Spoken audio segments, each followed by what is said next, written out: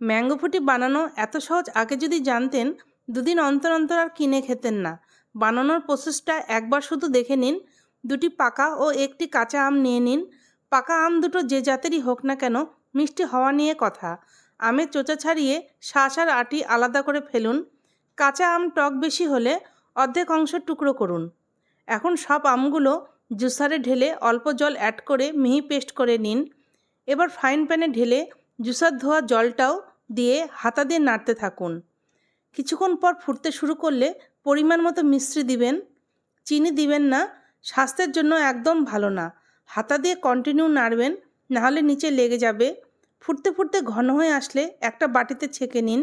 গরমটা কমে গেলে ফ্রিজে 2 ঘন্টার জন্য রেখে দিলেই আপনার টাটকা টেস্টি ম্যাঙ্গো ফুটি রেডি। এবার গ্লাসে ঢেলে কয়েক পিস আমের টুকরো, কাজু দিয়ে বাড়ির বাচ্চা থেকে বয়স্কদের দিন, এক নিমিষে গ্লাস ফাঁকা করে দেবে।